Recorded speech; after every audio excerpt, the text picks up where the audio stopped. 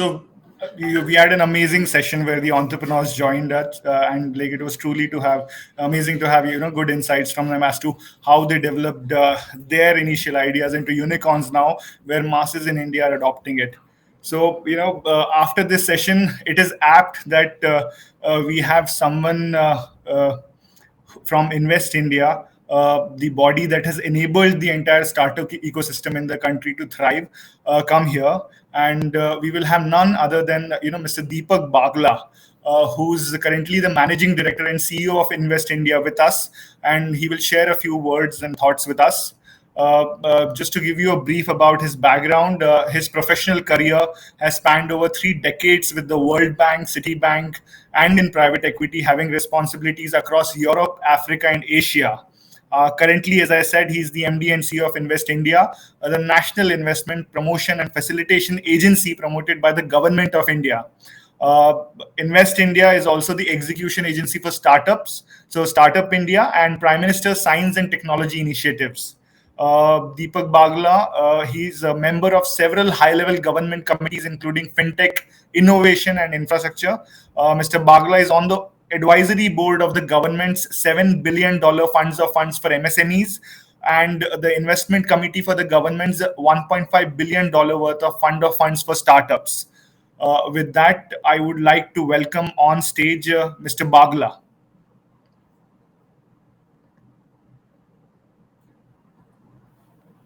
Welcome, sir. Thank you, Rohan. Thank you. It's a pleasure, sir.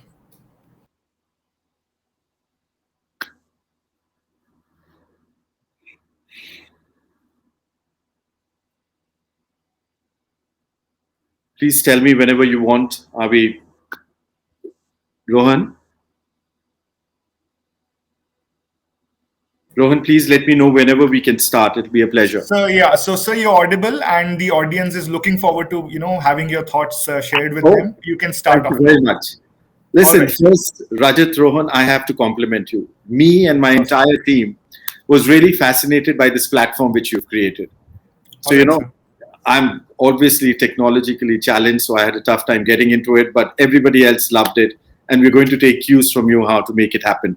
But thank you very much for inviting me. And it's always a pleasure to be on all your platforms. You get us all together. Today is a very special day. I was just looking. The headlines today was our unicorn number 31 for this year. And when I talk about unicorns, and it's not just about evaluation. Last year, we had a unicorn 1 a month. This year, we've already done about 3 a month. And we are just in the 10th month. We have 31 already. It's raining unicorns. But I'll tell you what really gets me gratifying on this one. The story of unicorns is actually a story of Startup India. And the story of Startup India is the story of a new India. It's exact testimony of what is happening across the country in multiple ways. And it's just a reflection of what is happening on that one. And let me just share a few pointers with you of where India and the new India is situated. We've been through the worst lockdown in human history.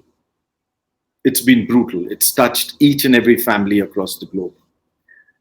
But what I wanted to share with you, what happened during this lockdown in India. And I'm not just going to share about how we had free food grains for over 800 million citizens. Medicare, which was right across to the best possible in the tightest of situations.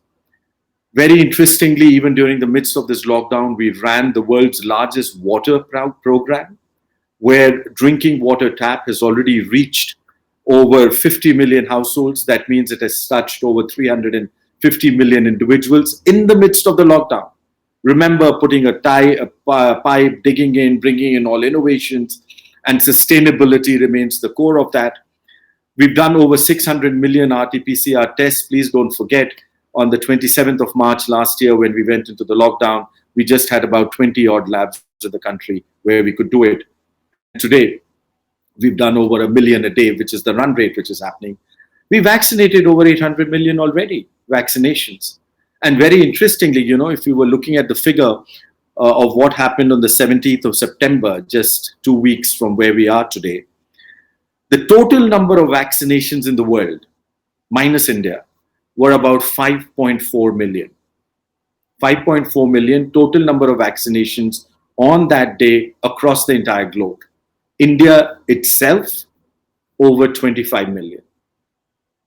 See the ability of India to be able to scale up in such rapid, fast rates.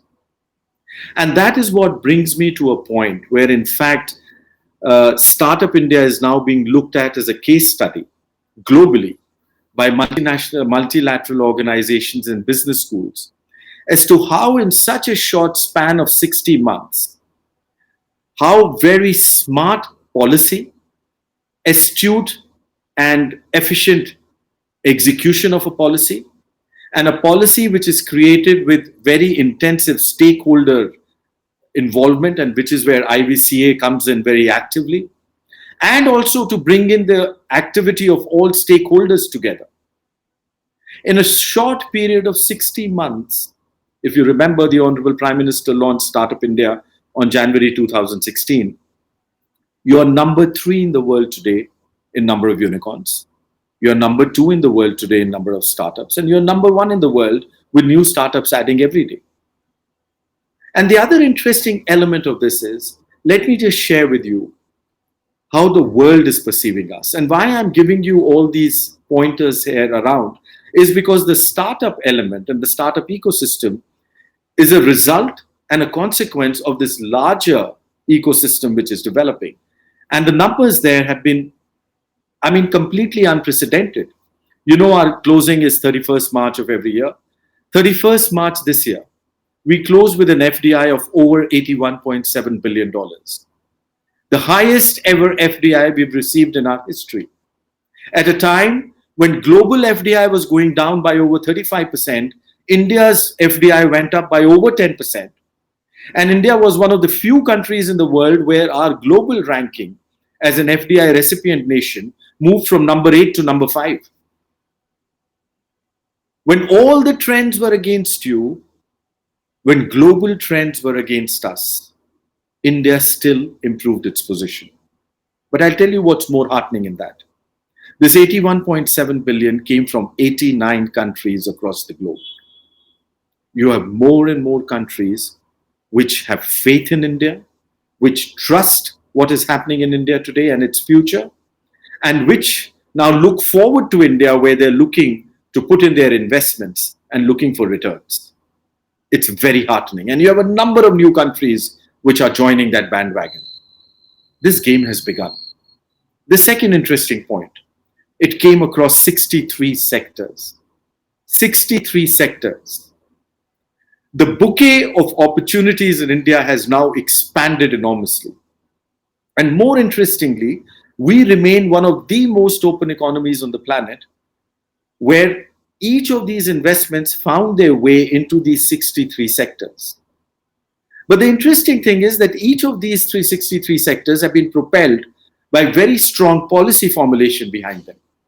You know, and you all heard of the new incentive schemes across 13 odd sectors and products which have been introduced recently in the midst of this lockdown. They have been enormously successful. The kind virtually each and every global player of repute has now applied to be a part of these schemes. The focus here is not just making investment in India viable, but also profitable. And now comes the most, for me, which is the most heartening aspect. This 81.7 billion came across 29 states and union territories in India. This is the most interesting element where I see, because this is where the strength of the foundation of New India now shares and sits with us. The New India going forward is no longer going to be propelled only by 8 or 10 or 12 urban centers. It's now going to be a bottom-up approach. I have now these engines of growth which are now in the districts of India. You know, the other interesting thing, of the 739 districts today, in over 685, 690 of them, I have a registered startup. And there are many others which have not yet been registered with us, but which virtually cover the entire landscape of this country. The new engines of growth of India are now going to be bottom up. And they are being propelled by innovation, by startup, and by the entire level. And if you ask me, that one single element which has really taken it across to this, the pace at which this development is happening and this rapid change is happening, is the digitization of India. The Digital India initiative of the Prime Minister, to my mind, is now brought India to one of its most transforming inflection points in the history of modern India. Think about it. The opportunity sits there. We've discussed that. It's one of the largest opportunity spaces which will be available on the planet. You have the youngest demography. At an average age of 29, 30, you will be the youngest on the planet, at least for the next 80 years. But what this digitization has done is the ability to access that opportunity has now been made much easier. With a click of a button, you have 130 million, 1.3 crores, 1.3 billion, which is going to be 1.5 billion customers in the next 4 years. Just imagine the ability to reach out to them. And please don't forget, these 1.5 billion in 2025, as per estimates, by 2040, over 90% of them are going to be in the middle class and above. So economically, they're moving up the class, and you're having a very wide base. And now you can access that base. So when you're talking of unicorns, I remember just 2 years ago when we were having a conference on startups and we were looking at a figure of 100 unicorns by 2025, everybody was saying that's a challenging number. Well, let me put it in perspective for you. We've already done 31 in the first 8 months of this year. We've already crossed over a 75 on a total number on that, or close to an 80. And we still have a runway of another 4 years to go. That 150 looks attainable in the next, in my opinion, in the next 24 months. And a large number of these are being driven across very interesting sectors. You know, from deep science to space to IT to fintech to edutech. And more interestingly, the new ones which are coming on around pets and animals, around event hosting, around designing. It's creating solutions across all sectors. And to my mind, these are the solutions which are creating scalability, which are creating applicability. That means they're applicable across the entire country. And they're easily executable. And most importantly, they are creating that momentum of growth, which is rapidly increasing in India. To a point, even after the midst of this lockdown, the expected growth in India is anywhere between 9.5% to 10.5% this year, and is expected to continue growing as we move beyond this pandemic. And India's ability to retain its previous position of being the fastest growing large economy, hopefully back on track. And that means our 3 trillion GDP today is, well, by the end of this decade, looking at anywhere around 9 to 10 trillion, and on track to be there.